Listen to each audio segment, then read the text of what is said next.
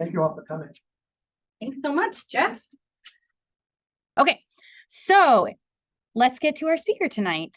So Julie Hart works for the New York Natural Heritage Program, which is housed at the DEC Central Office in Albany. Julie is a native Vermonter who started birding while working as a bird conservation intern with National Audubon, New York, and the Cornell Lab of Ornithology. It's like the big three in the birding world. She traveled for several years doing fieldwork around the globe before returning to Vermont to serve as the coordinator for Mountain Blue Birdwatch with the Vermont Center for Eco Studies. She spent several years chasing Bicknell's thrush around the mountains of the Northeast and Hispaniola before moving to Wyoming to continue her education. She received her master's degree studying the impacts of climate change on Cassia crossbill in southern Idaho. She moved to Switzerland for a few years and volunteered at several banding stations where she really enjoyed seeing wrynecks and long-tailed tits in the hand. After that, she moved to the Connecticut coast to work as the database manager for the Map of Life project at Yale University. She's now settled in the Albany area where she is the project coordinator for the 3rd Breeding Bird Atlas in New York. In her travels, she has participated in 2 bird atlases and considers atlasing her favorite type of birding. So please join me in welcoming Julie Hart.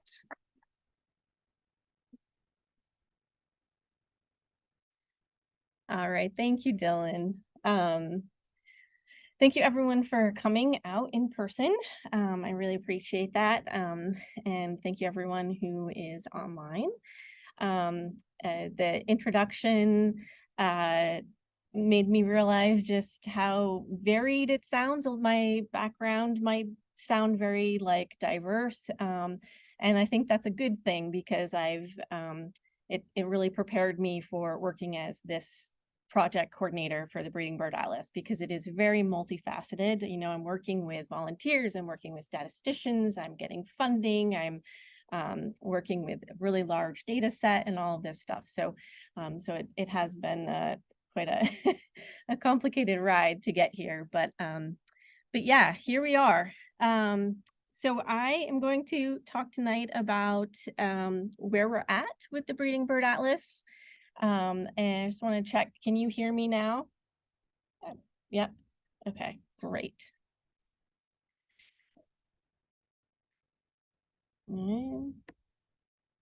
There we go. So I'm going to start with a little bit of a background on what atlasing is. Hopefully some of you have already participated, but those of you that haven't, I just want to give a little bit of a background on what atlasing is. So atlasing is really similar to your normal birding that you're going to do. You're going to go out and you're going to watch the birds, but there's a slight twist.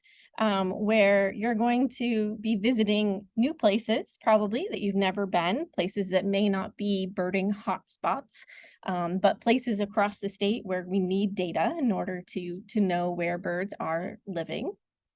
And then you're going to be birding really slowly. It's this new thing called slow birding, just like slow cooking or something like that.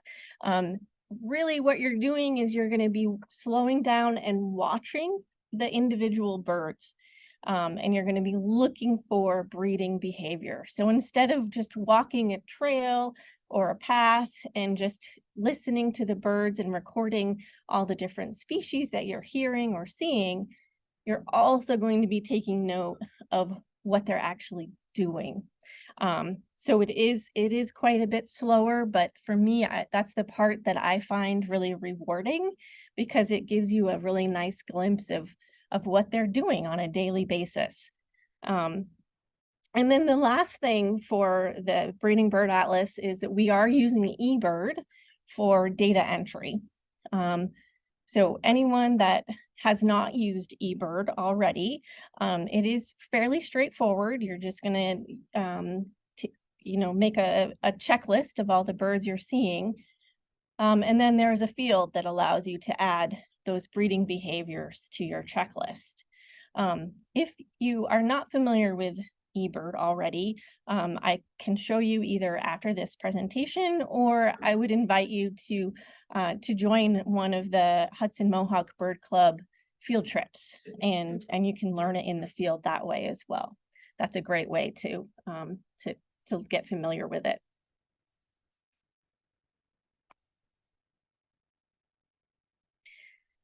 And then the other really great thing about atlasing is it really is a great way for everyone in the community to participate in a really fun project that directly helps conservation. So every year we have been organizing field trips with the New York State Young Birders Club. If you're not familiar, that we actually do have a club for children under 18.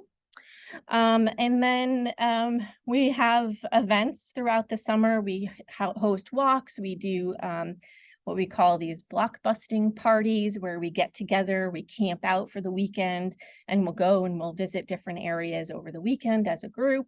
And we have competitions, and we do talks and other things like that. So it's a great way to bring other people along and teach them as well what you're seeing.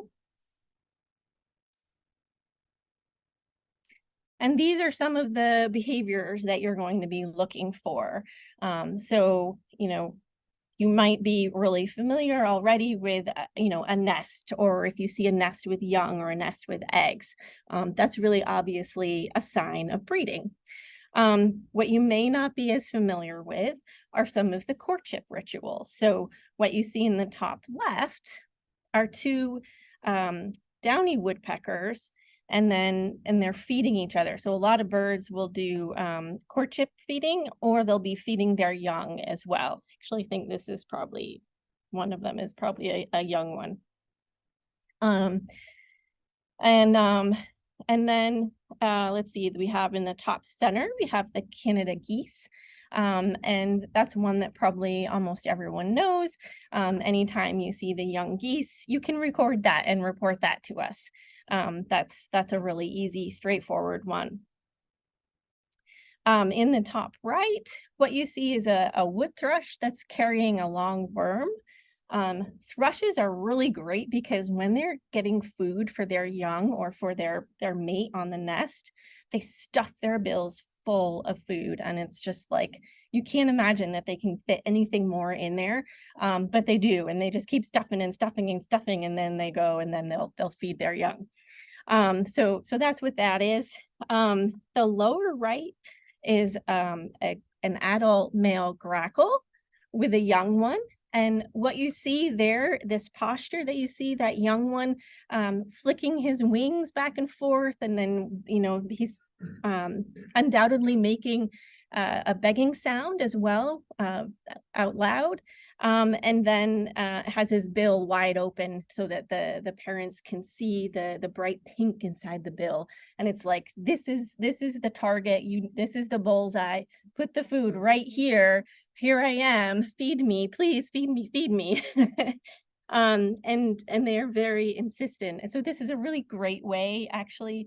Once there's a lot of fledglings around, it's really hard to miss them if you're paying attention, because they are so vocal. Let's see the bottom. Wow.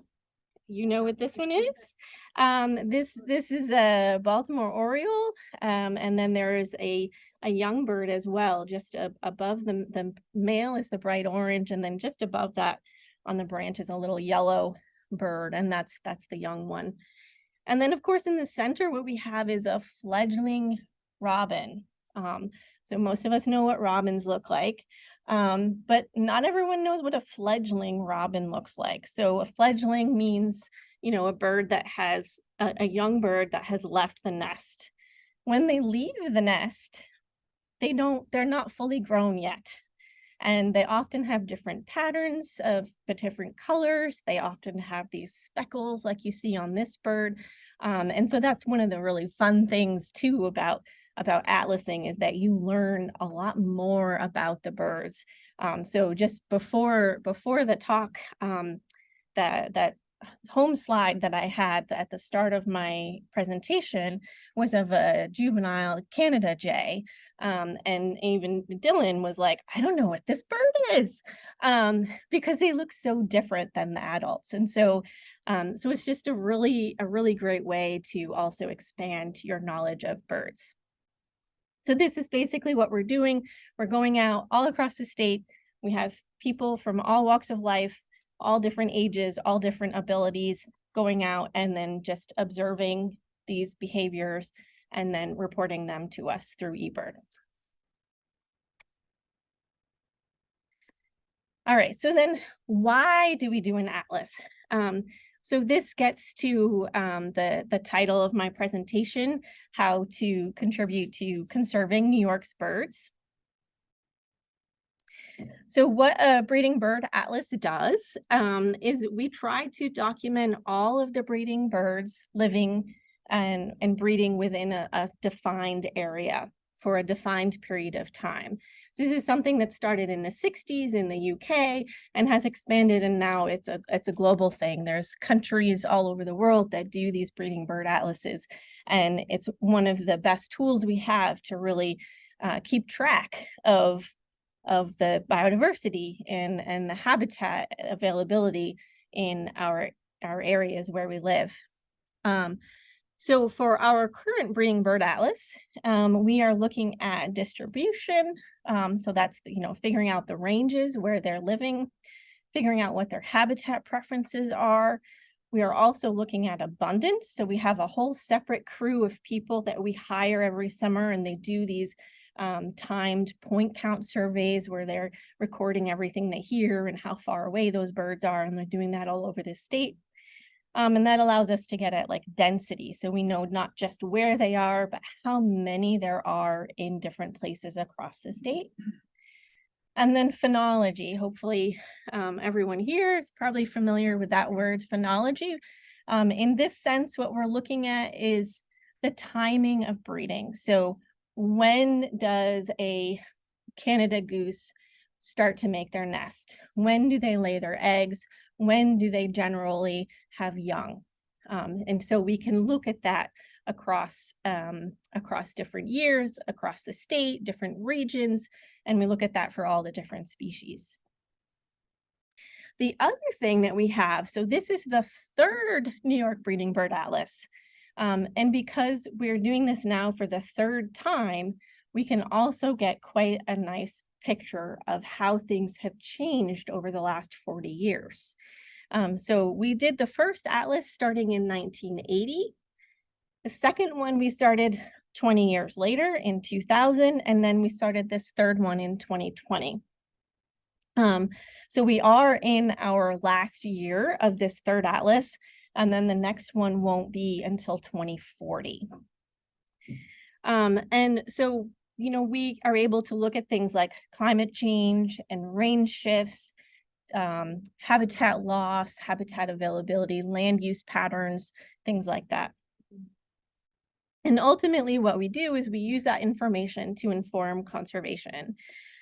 So here, I don't know if you guys can see that very well, but these are peregrine falcon on the nest with, you can see two fuzzy white blobs there in the middle.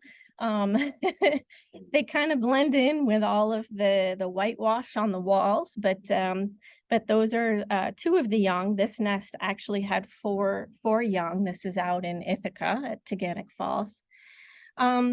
But what we do with the data is we can actually look and see how rare species are. And so we can assess whether or not they should be listed by the state as threatened or endangered.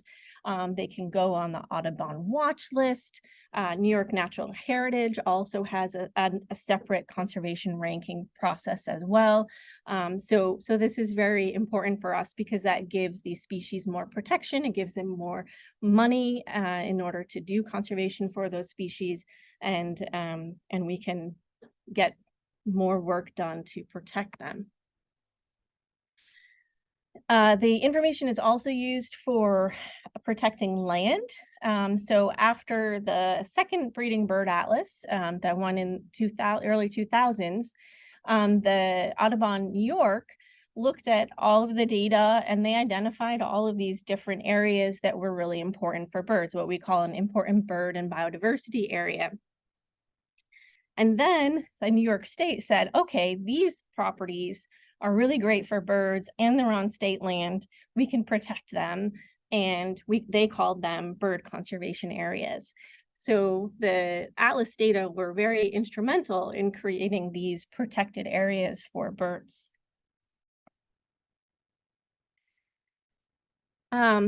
There have also been a number of different research projects that have been focused on looking at the Atlas data.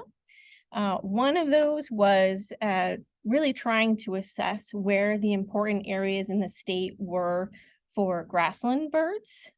New York doesn't have a lot of grassland habitat, so what we do have, we really need to protect to make sure that those species stay and continue to survive in our state.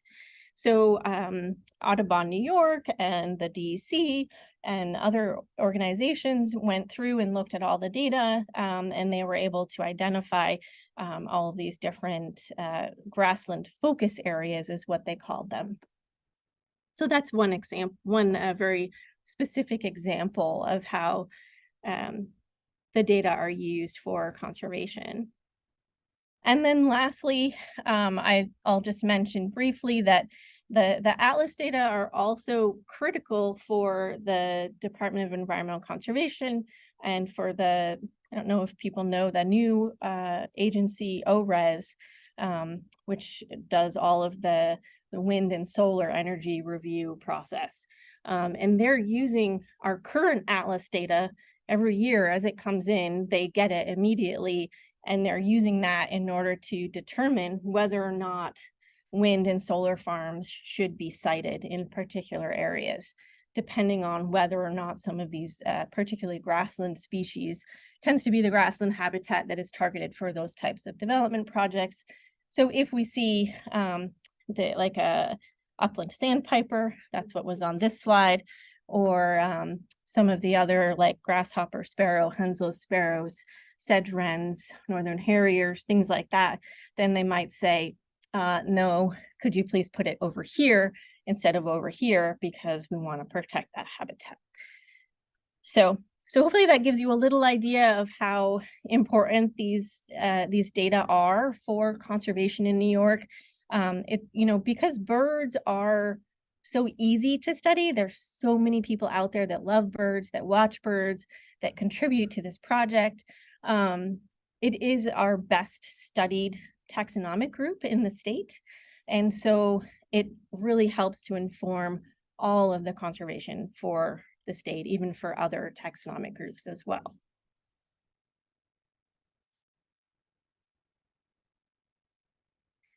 All right, so let's talk a little bit about the actual data that we've been getting in. So I just mentioned that we have a lot of people that have been participating in this project. We're just starting year 5, and so far we have had 3,769 atlasers participate in the project. I'm really hoping that's going to hit 4,000 soon. Hopefully by like March or April, that'll be 4,000. I'm also really hoping that this next number, this is the number of Atlas checklists people have submitted. It is so close to 500,000. That would be such a great number to hit. And that's just, it's tons of data. It's millions of records. I think it's around 5 million records or something now. So there's a lot of data. We do have a number of blocks that what we call complete. So we've had quite a bit of effort that has been put into these particular areas, and we say, okay, stop going here. We want you to go somewhere else. So the black squares you see on this map are areas that we've said, okay, these are good. Please go somewhere else. And what you'll notice is that those black areas tend to be where there's a lot of people. So we'll talk about this in a little bit, but really what we need this final year is to get people out of those dense population centers and into some of the more remote areas. And then so far we have confirmed breeding for 229 species. So just to give you an idea of how many species are actually breeding in the state, it's a lot. It's one of the highest in North America. I think maybe Ontario has more than us, but that's about it. All right, so I'm assuming most of us here are from the capital region.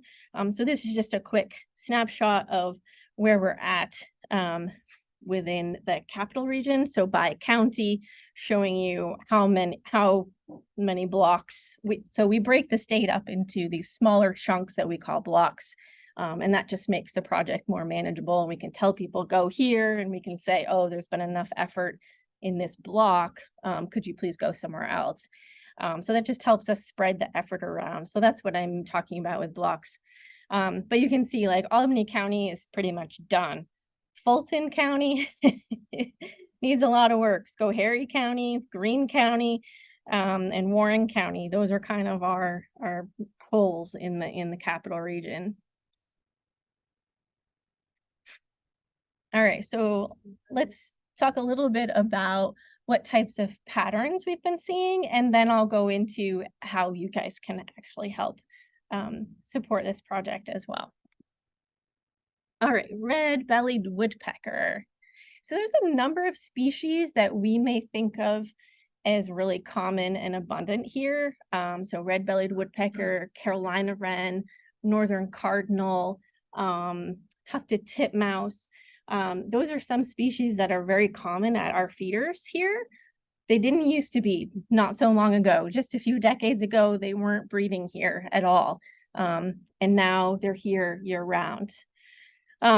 So here on this map, you can see on the left, this is the map that they came up with after the first atlas. So you can see it only came up to the southern part of Columbia County in the Hudson Valley.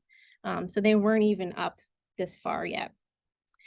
Then by the second atlas, by the 2000-2005 atlas, they were all the way up into around the Albany area, and they actually connected themselves through the Mohawk Valley over into that western part of New York. And then on the right, you see what we've collected so far in the first 4 years of the atlas, and you can see that they really started to go up around both sides of the Adirondacks. So this is a species just like those other ones I mentioned, like titmouse and Carolina wren, that are expanding in the lower elevations across the state, and also being supported by people with their feeders up year round as well. So that helps them stick around. So this is one species where we've seen an expansion.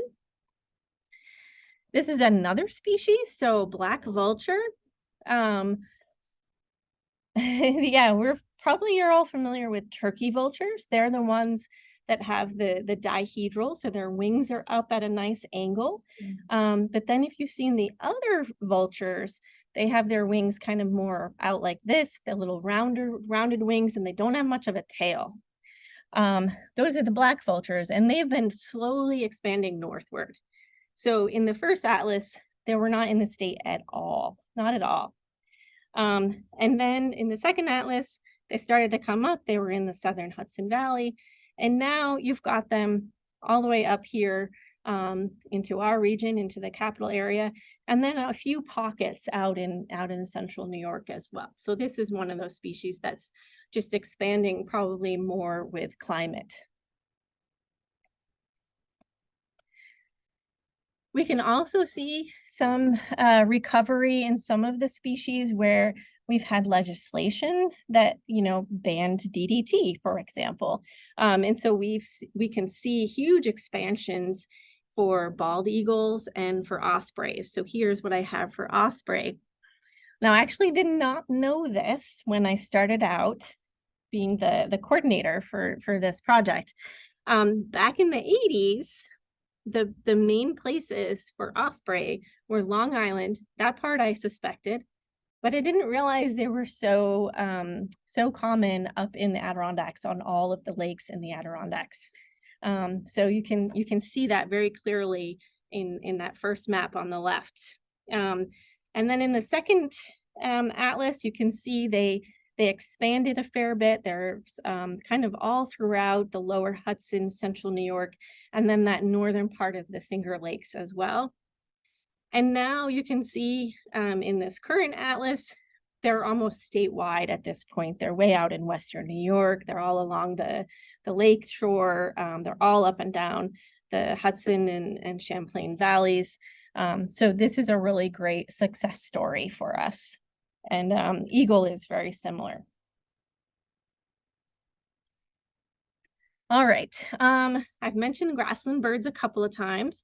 They are known to be rapidly declining across the continent. So it's not just New York, but everywhere in North America. And so I've pulled out the maps for Eastern meadowlark, and you can see they were pretty much across the entire state in the first atlas that was, not mountainous. So they weren't in the Catskills or the Adirondacks, but everywhere else they were pretty common. And then you can see, oh, it looks a little sparser in the second atlas. There's little holes everywhere. And now in the current atlas, the third atlas, you can see there's quite a few holes, sadly. And I don't think that is entirely due to the fact that we haven't finished the atlas yet. I mean, we do have one more year to go, but I think it's actually a decline in their population as well. All right, and one more. So this is barn swallow. This is a species that many people recognize and everyone loves them. They breed in like every barn that you see all across the state. But what do they eat? Insects. And insects are declining, right? So these species, all these what we call aerial insectivores, so those are birds that are eating insects out of the sky as they're flying around. So think swifts and vireos and flycatchers and swallows. They're also rapidly declining, just like our grassland birds. And so you can start to see that a little bit here. And they're still fairly widespread, right? There's still a lot of that purple color in our current atlas, but there's a lot more holes than there were, particularly if you compare that right back to that 1980 map there. So this is not necessarily surprising. We know that this group of birds is declining, but it may be surprising to a lot of us that are so used to seeing them. We recognize them, we see them flying around, that maybe we don't realize that there's fewer of them now than there used to be not too long ago. All right, and then one more happy story. Mississippi kite. How many people heard about this and actually went up to see it? It was breeding in Ballston Spa. Dylan and I. Anybody else? No. Okay. So Mississippi kite is a really cool bird. It's a southern species. We don't have any other kites here. This is a raptor species, like hawks and eagles and falcons. And let me just show you what their range is. So you see that orange there in the southern US, that's their breeding range. So it's pretty unusual to have them trying to breed up here in New York. Although I will say that there is one other pair that has been returning the last few years in New Hampshire as well. So there's a couple of these northern outliers, but it was still pretty cool. I mean, it was pretty cool. They did not, as far as anyone knows, they did not succeed in raising any young, but they tried, and it was pretty fun. Was that 22 that happened? So still other surprises out there to be found, I'm sure. All right. This is just such a cool picture. I don't know, has anyone ever seen a hummingbird nest? Yeah. They are so tiny and they are so hard to find. I think that's one of the most common questions I get from the audience is, how do I find a hummingbird nest? And it is so hard. And really, like everyone, I've asked a lot of experts, and really the answer is always like, you just have to be lucky. Like there's no trick to it. There's no strategy. It's just like you kind of happen upon it. And that's how it's been with the nests that I found. But anyways, they're super tiny. They're really cute. They're covered in lichens like this. Anyways, they're kind of a cool one to see. Okay, so how can you guys help? So a little bit more about so this map that you see on the left here is the same map I showed earlier that shows you where we have put in effort, which areas are done, which we consider done. And you can see that there are still some large gaps. So most of the northern part of the state, the Adirondacks and all around the St. Lawrence Plain and the upper Lake Champlain area, that area still needs a lot of work. Around closer to home, as I mentioned before, like Washington County, Schoharie County, those counties need some work. The Catskills, Sullivan County, and then out in the western part of the state as well.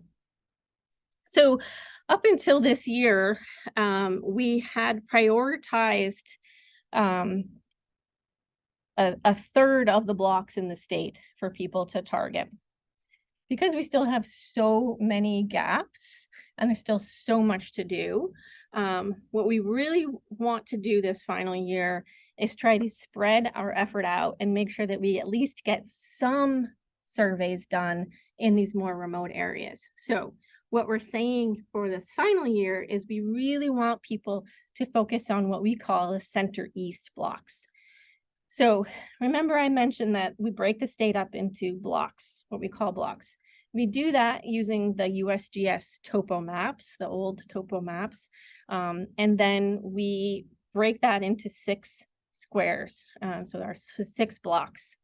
And then we just label them based on northwest, northeast, center east, and that kind of thing. And so we are focusing on that center east block in each topo quad.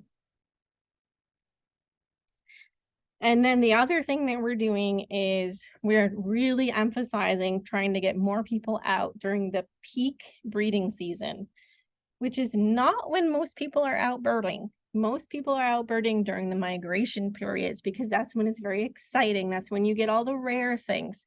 But no, we want people out when there's fledglings around, when the birds are on their nests. So we were really pushing to get people out and actually birding and Alicing in June and July. So those are what we're focused on for this coming season. So given that, this is the table I showed you before, and that showed out of all the blocks in the counties, but we're changing that. So I'm going to cross that out and I'm going to say, okay, we only want to look at the center east blocks. And so this is the number, if you look at that right-hand column, how many blocks we have to target in each of the counties. So we don't have any in Albany. Albany is done. That's where everyone lives. But you can see here, particularly Greene, Schoharie, and Warren counties need a lot of work. Washington County needs a lot of work. And just to emphasize that a little more, well, I'll explain this map. So the yellow star is where we are right now at the Albany Pine Bush. And then the dark navy blue lines are the counties. So you can see, can you see my cursor? No. Okay. So Albany County is right in the center. And then I've put in gray all of those center east blocks that are already done. And in pink are the ones where we need people to go. So those are the priority blocks. So depending on where you live, like there is one block in Schenectady County, right smack in the middle. But if you look to the west, all the blocks in Schoharie County need work, for example. And for those of you that are here tonight and may be interested in helping us out, I did print out some of these maps, and I can work with you afterwards, and we can look at where you live or where you have a cabin or something like that, and find blocks near you, and in order to target where you go and make you make the most use of your time and effort.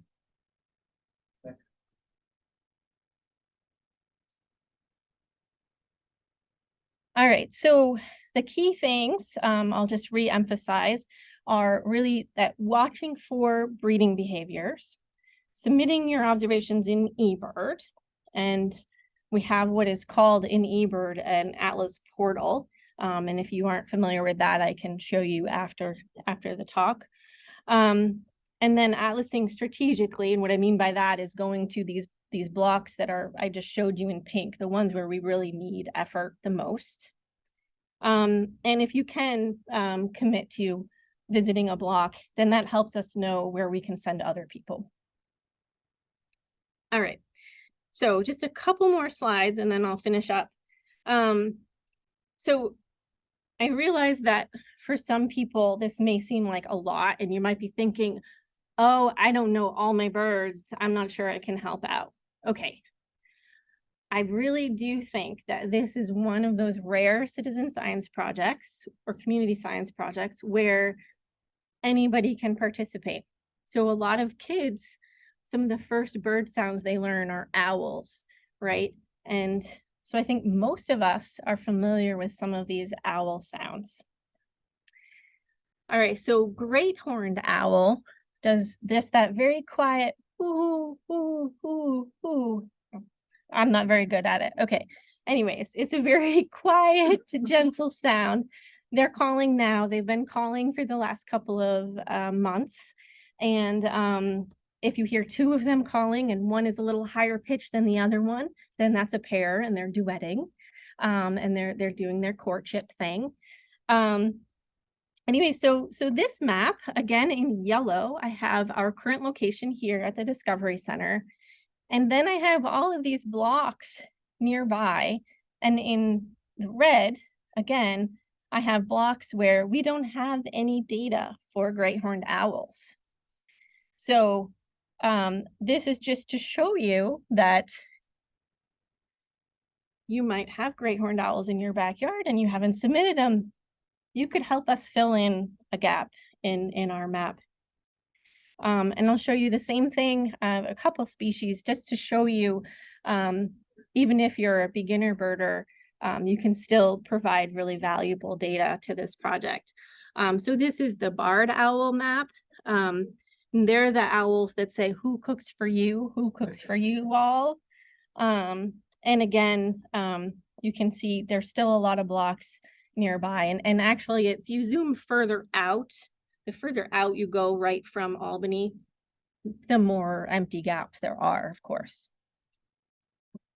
Common raven, you can see, so within eBird, all of those, the light blue O's just means that somebody saw the bird there, but they did not add any breeding codes. So if there's no breeding code, we can't really use that information. Because we don't know if it was just a bird passing through, like flying over, or if they were actually using the habitat. So if you look, there's a lot of points for ravens, but there's very few that actually have a breeding code. So if you do see them, and you see them, actually I have a photo in like 2 slides. If you see them and you see two ravens flying very close together and they're like synchronized and they're following each other parallel like this, that's their courtship flight. So that you could enter as courtship. All right, one more of these maps.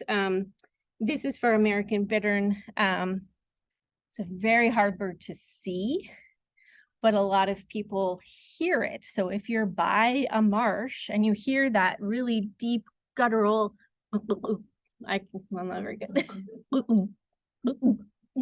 Yeah. All right, I'm embarrassing myself.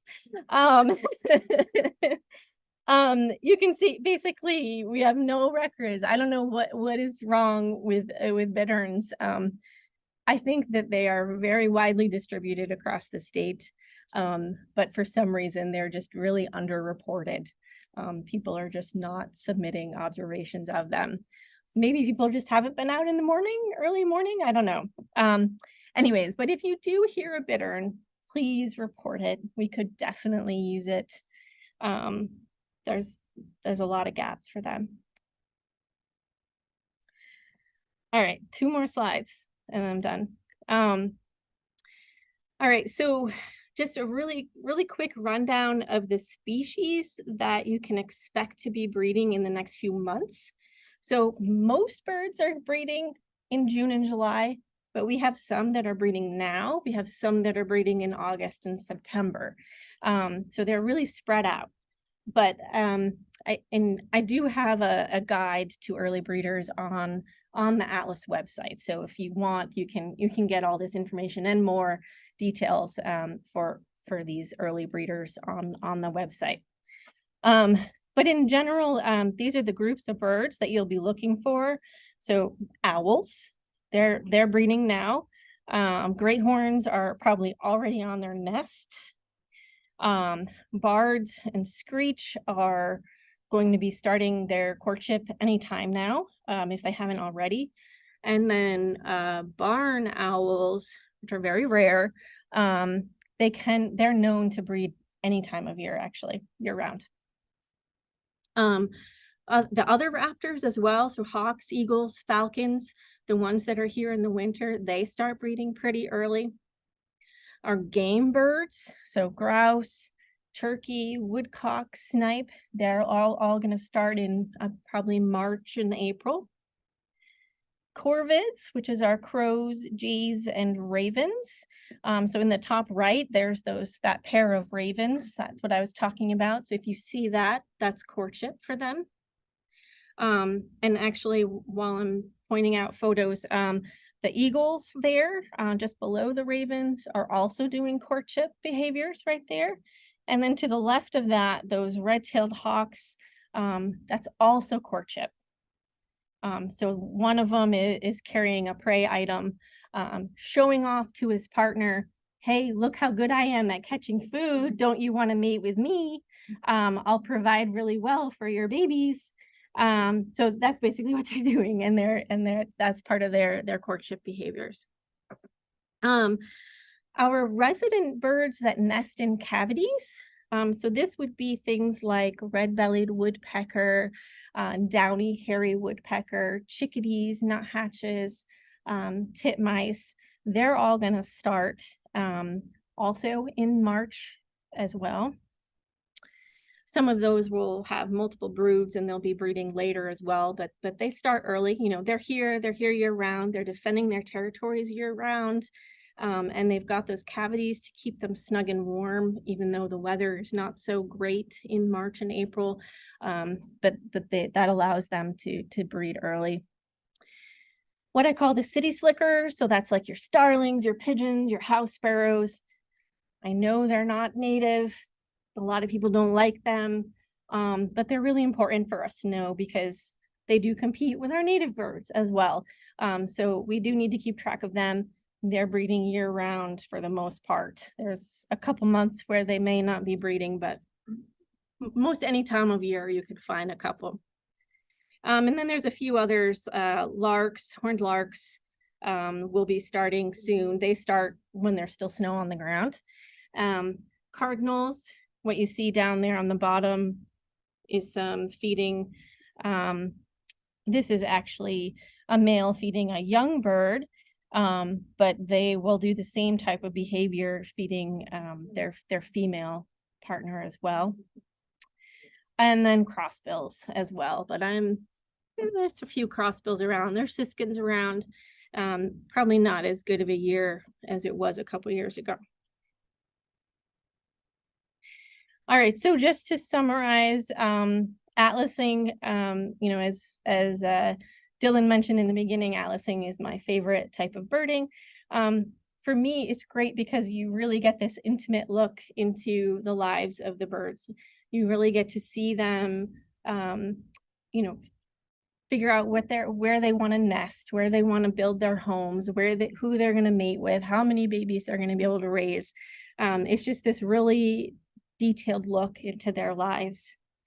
It inevitably brings you to new places, particularly in this final year where we're asking people to go a little further afield. You'll discover new places to visit, to bird, or to, you know, go hiking or canoeing or something. You're contributing to science and conservation, as I talked about in the beginning. You're learning a ton of information about these birds. So not just what do they look like and what do they sound like, but where are they? When are they? What are they doing? What do their young look like? What do they eat? All of that kind of information, that life history information, which I find really cool. And then I think, again, just having that connection to nature and staying in tune with the seasons, I find really, really rewarding. So with that, I will close on this slide. I do have our homepage as well as our email. And then we are on social media. I do have a lot of videos on YouTube, including instructional videos. Yeah, I think I'll stop there, and then hopefully we have some questions. For everyone at home, please put your questions, you said, in the Q&A. And then, yeah, we'll start with anyone here in the audience. Yeah.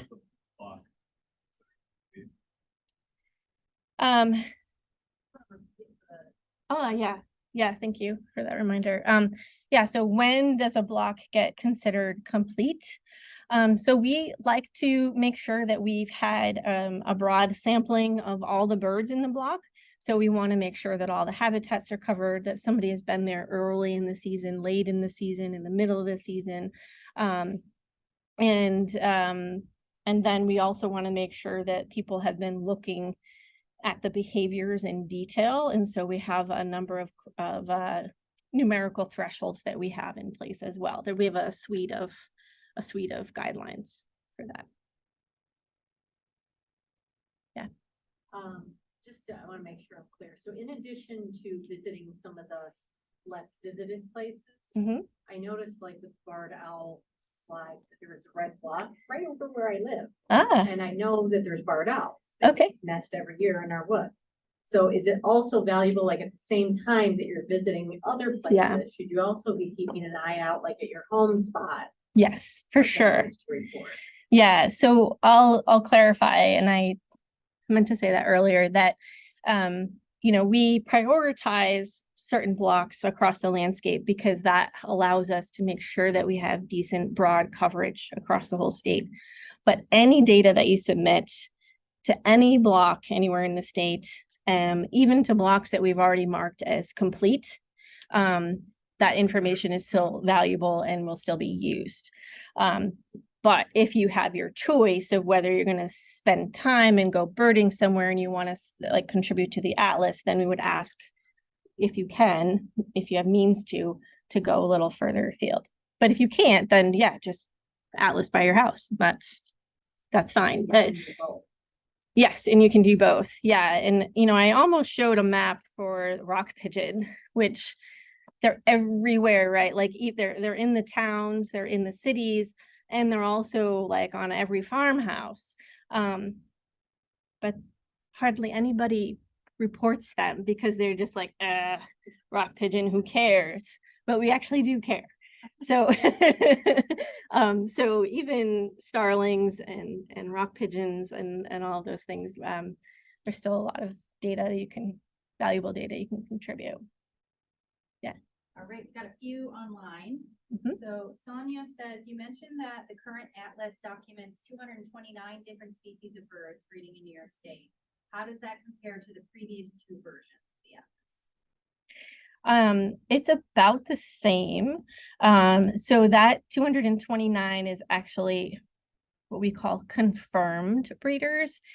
So we have, because there's all these different breeding behaviors, some of them are stronger evidence that they're breeding in that particular location than other ones. And so we have different categories of these breeding codes, and confirmed means like, yes, we know for sure that they're definitely nesting in this area. So that 229 is pretty consistent.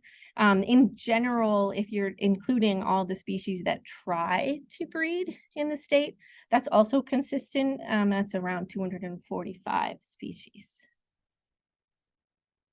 So yeah. Overall, what is the picture? I mean, are we seeing some species decline, some move in, presumably because of the climate getting milder? But overall, is there a decline in like abundance? Say that there is. Yes. So I could not tell you at this point whether or not there's a decline in, say, abundance, which is what, like the 3 billion birds lost paper that came out in 2019. And that says that we've lost 3 billion birds in the last 40 years. That's worldwide. Nope, that's just North America. It would be way more if it was worldwide. Yeah, so those included lots of different data sets and looked at it across the whole continent. But we don't actually have numbers like that type of abundance data for New York State yet. So what we're collecting this time around in this atlas is like our baseline. So in 20 years, we'll be able to go back and say, okay, yeah, compared to 20 years ago, yes, we've definitely had a loss in number of individual birds. So it's a very complicated picture overall. So, like I showed you, some species are increasing, some are expanding, some are declining. And it's for all different kinds of reasons. In many cases, it's for multiple reasons for each species, right? So, yeah. So for the previous two survey, you have like CPS for each slide. This survey, the second one only have 5 years. Is there a reason for that? So the first two atlases, I think the question was why were the first two atlases for 6 years and this one is for 5 years? It's a funding issue. So in the first two atlases had different funding sources. They started out with a 5-year timeline. By the time the 5th year came around, they realized, oh, we still have a lot of holes. We need to add another year. We would love to add another year, but we don't have the money. So so we have to do as much as we can this time in just the 5 years. For this back to the size, like the statistics. We'll be able to, I think, correct for that, the different number of years and when we do the statistical analyses. Yeah, it's a good question. Yeah, online. How often would you visit each block? I would do at a minimum of 3 visits. In general, I would do 1 visit like in April. That would allow you to get things like woodcock and snipe would be coming in by then already. But you'd also have the young great horned owls already. So you'd be getting a good mix of those early breeders. And then you would go probably in like June in order to get like your species list up and figure out where things are for all the migrant species. And then you go back in probably the first week of July, maybe last week of June, first week of July. That's when everyone has babies. And that's when you can really get a lot of breeding codes pretty easily. Yeah. Do you have a reference source for guidance on observing and reporting? Yep. There's a lot of information on our website. So if you go to our website, it's ebird.org/atlasny. On the homepage, you'll see underneath, there's like a big banner photo. Underneath that, you'll see a link that says handbook and materials. And that has everything in there. Similar to that, so Jeff asks, is the map of the needed central east quads available online? Not yet. I'm working on it. I am working with eBird to change their interface for this coming breeding season. So yeah, we're working on that. Yeah. But we do know on our end, like I didn't mention that, I should have mentioned this earlier too. I work with a network of local regional coordinators is what we call them. And so the coordinator for the capital region, I don't know if people know Allison Van Kuren. Does he volunteer banding with you as well? Yeah, he's a volunteer here. He does a lot of bird banding. Anyway, so either he or I would be able to point you in the right direction in terms of where to go. So if you emailed me at that nyBBA3@gmail.com, I can direct you to places to go. I don't need to, we can alternate. Does anybody here have a question? So, is there any programs? There's a lot of states open and close open. See the big. Yes. So I'm also the co-chair for the North American Atlas Committee. And that is one of the things that we're working on, is trying to pool the Atlas data for different states and provinces. Currently, there are atlases going, this is the first year for Pennsylvania. This is their third atlas as well, but they're just starting their first year of this round. Ontario is going right now. They're in their fourth year. Maryland and North Carolina are also going. Connecticut and Maine just finished up. So. Is there any places, To see the results? I don't think that they have results yet. I think they're on the verge. It takes several years. So we are planning to produce a book. So I did bring the book from the last atlas that is over there on that table.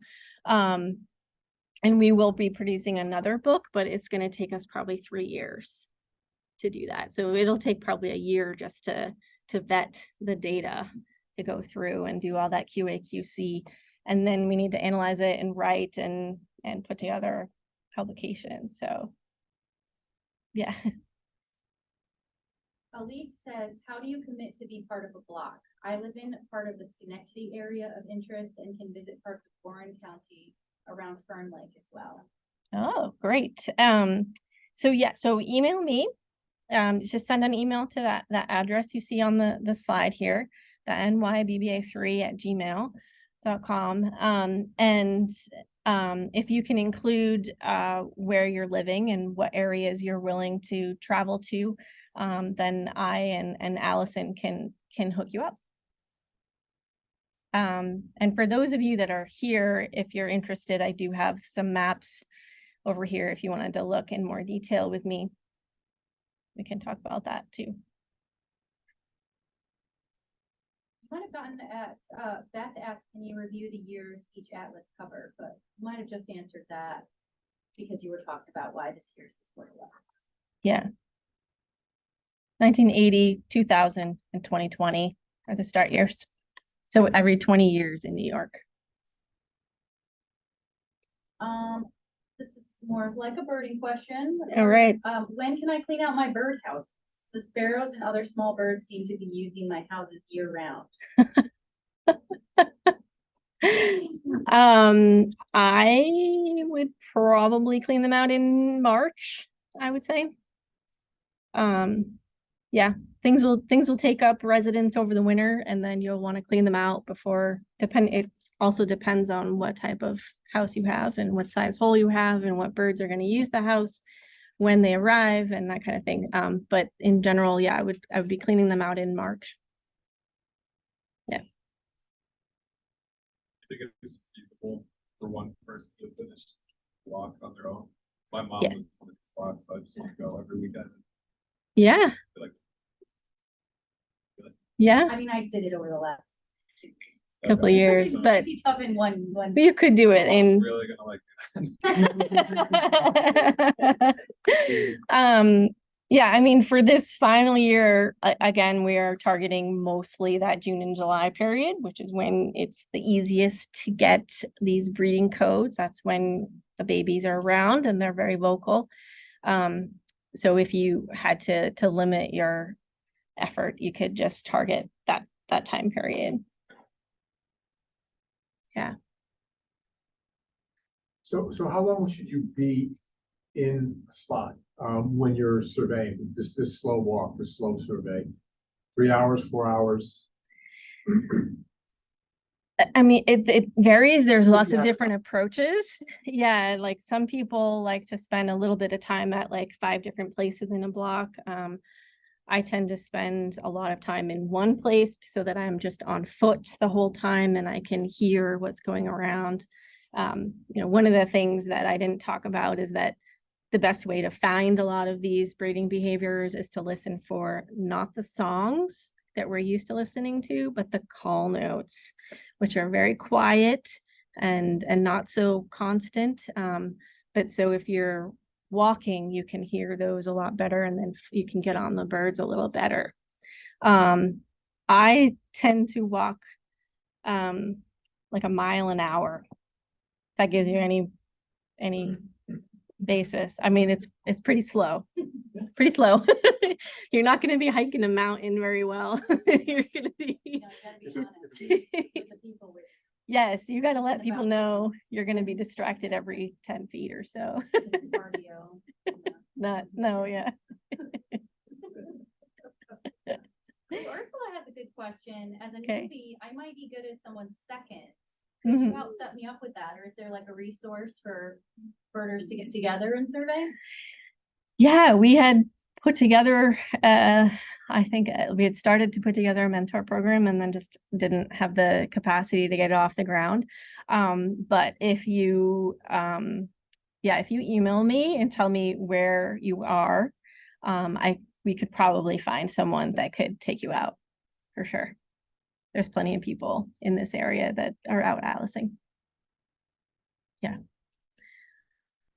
And- Sorry, somebody else, I didn't want to. no, I think This you're, is a question for me. This was the first I heard. I didn't realize that this is funding limited. Is there, is that set now, or is there a chance for more funding, or can fundraising? No. not really, because almost all of the funding, like 95% of the funding comes from the DEC. And so we're stuck on their 5-year MOUs. And so we can only put in money like for 5-year chunks at a time. And like the money that we're working on now, we applied for several years ago. And so we can't really, it's not uncertain. It's very uncertain that you would get additional funding, right? So we would need quite a bit of money to push another year. Are you concerned about that? Like in equity of like effort in like comparing across the survey? Yeah, I mean, I think it's hard not to be concerned, but we can only do what we can do. I think we push really hard this year and we try to get as much as we can. The one thing we are doing is raising money. So we do have a sponsor of species campaign if anyone is interested. Basically you would pick one of the breeding species in the state, and you would sponsor that species, and your name would go on that species account in the final book. And then that money for this year, everything that we're raising goes towards hiring field technicians for the summer. So if we can raise more money, we can hire more technicians, and then we can get more done. So yeah, so if anyone wants to get paid for a summer of atlasing, please. We are hiring right now, actually accepting.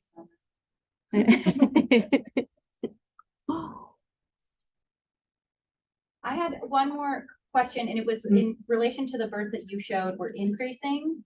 Yeah. In the state, and I was curious what those birds are doing range wide. Like, is that unique for them? So like the red-bellied and the, can't remember what other ones you showed. Black vulture. Yeah, so black vulture is definitely expanding northward all across the eastern part of the country. Red bellies, yes, they are moving up also in New England. You know, if you look at the map for the New England states, you'll see them also further north than they used to be. The other one, osprey was the other one I showed. And yes, ospreys and bald eagles are known to be increasing across the continent because of banning DDT is the main reason that has been postulated for that. So, yeah. And similar with the ones that are declining in the state. Yes. Is that consistent or That something is weird happening in New York? no, it's grassland birds, aerial insectivores declining across the continent. Yeah, sadly. So. Whoops. Dave says, how do we actually document observations? Is it through eBird or another way? It's through eBird. So you can do it on the web, you can enter data, or you can do it through the mobile app on your phone. And then on, if you're familiar with eBird, on that species, when you enter a species, then you can click on that species and it will show a more detailed page. And then there you can add breeding codes on that page. And then he also said you need to register and you do make an account. You have to make a free account on eBird. And then we do ask that you're entering your observations in the Breeding Bird Atlas portal. And I do explain what that means on our website. I also have a YouTube video explaining that. And basically that means you go to either our website, if you're entering data on the web, or if you're using the mobile app, you have to go into your settings, and then there is a portal option, and that allows you to change the portal, and then everything will go and show up as part of this project. There's lots of portals all across the world, so you do have to scroll a little bit to get to New York. Yeah. All right. Thank you, everyone. Thanks for sticking around.